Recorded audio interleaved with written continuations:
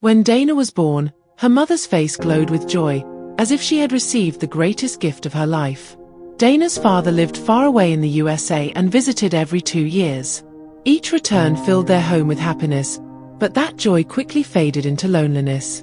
Even as a young girl, Dana noticed the tiredness in her mother's eyes. At night, she often wondered how to make her mother smile. "I will always be there for Mama," she promised herself. Every day, her mother walked Dana to school, hiding her sadness behind a smile. One day, Dana overheard her mother crying and felt a pang in her heart. She remembered her mother's wish, "I wish I had a son." Those words resonated with Dana, who quietly vowed, "Mama, you didn't get a son, but I will be your little helper." Dana's father worked hard in the USA, but their family struggled financially.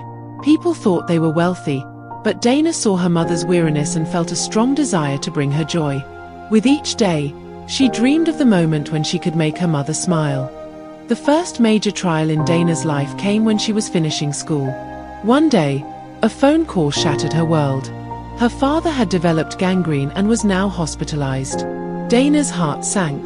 Her father, her hero who had never given up, was now lying in bed, and the doctors said it was time to amputate his leg. Dana and her mother flew to the USA to get her father treated. They went through 3 surgeries, but life had more challenges waiting for them. The doctors eventually confirmed that her father's leg would have to be amputated. When Dana saw her father in a wheelchair, her heart broke.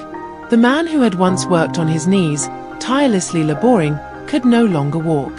Dana's uncle, who often mocked her father, said hurtful things.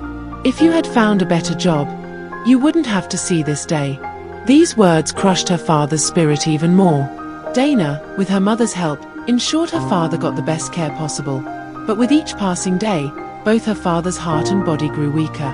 For Dana, this wasn't just about her father's pain. It was watching her mother's world fall apart. As her father's health slightly improved, discussions about Dana's marriage began. Proposals started coming, but Dana felt something growing inside her, a feeling that she wasn't ready for marriage. She had other dreams, but the weight of her parents' struggles and societal expectations began to suffocate her. One day, a proposal from a boy in the village came, and her father accepted it. Dana stayed silent, but an internal battle raged. What about my dreams? Then, another crisis hit. Her father's health deteriorated again, this time due to kidney failure. Hospital bills, household expenses, and the burden of her upcoming marriage crushed Dana's spirit. Her cousin helped out financially, but fate had its plan. Her father passed away while waiting for a kidney transplant. For Dana, this was not just losing a father but losing the strongest pillar of her life. At his graveside, she promised through her tears, "Father, I will fulfill your dreams. I will never leave my mother alone." After her father's death, Dana made up her mind to fulfill her responsibilities.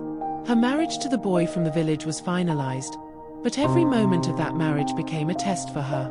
Her heart could never fully accept that there was no room for her dreams.